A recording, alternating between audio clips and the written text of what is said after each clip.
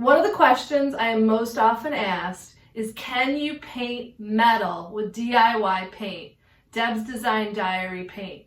And the answer is yes. And so I got a whole bunch of these flower buckets in. I got some that look like older. I got some that are a little shinier and newer. I thought it'd be a perfect opportunity to show you how I use DIY paint to paint them and how well they turn out. So let's get started. For this project, I'm using new flower buckets. I got a whole bunch of these and I want to make something pretty out of them. I'm also using DIY paint. It's a clay-based paint and it will pretty much stick to anything. The color I chose for my first flower bucket is Mermaid Tail. The first step is just to get painting. You could use a little sandpaper to knock down the shine, but you don't have to.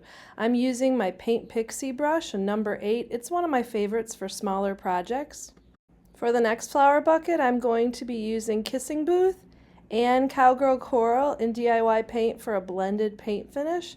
I just slap them both on using the same brush, once again my number 8, and I really liked how it turned out. If you're having a hard time with blending, you can add a little water to help them blend more.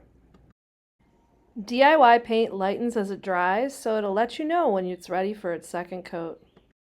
The next step is to apply the stencils. I'm using JRV Stencils, which are so much thicker than any other normal stencils.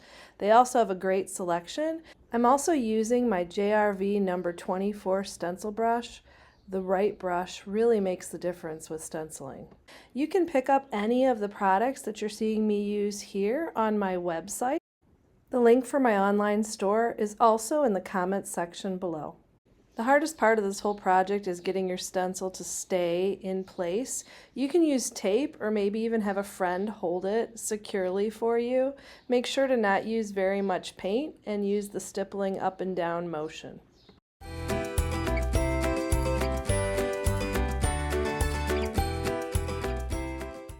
To finish off my bees, I filled in the empty spaces from the stencil freehand with a little bit of DIY Little Black Dress.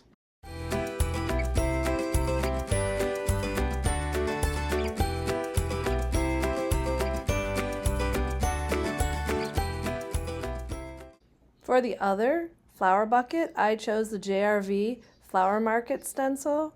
I only used the top part of this, and then I used DIY paint in White Swan and my large JRV stencil brush. When you're using stencils, it's good to mix it up a bit and not always use the entire stencil. You can do that by taping off the part that you don't want. Since I'm using these items indoors, I'm going to be applying DIY paint clear wax. If you're going to be using these outside, you might want to think about a heavier duty top coat like DIY Big Top. To apply the wax, you can use any brush that you want, but I'm going to be using my JRV stencil brush. When applying wax to DIY paint, be prepared for something we call wax freakout. When the wax is applied, it will cause the DIY paint to darken. Don't worry, it will lighten up back to its regular color when it dries.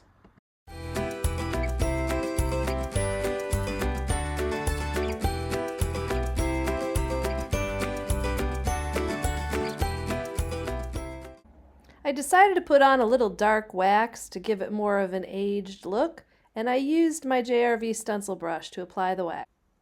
Since I've already applied clear wax, I can just put the dark wax over it and then rub it back to get the right amount of coverage. That's why it's always a really good idea when you apply a colored wax to do a layer of clear wax first so you have more control.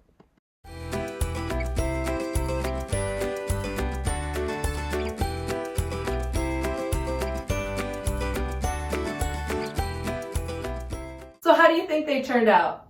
My daughter really liked the bee bucket and has already claimed it as her own. She wants to keep it.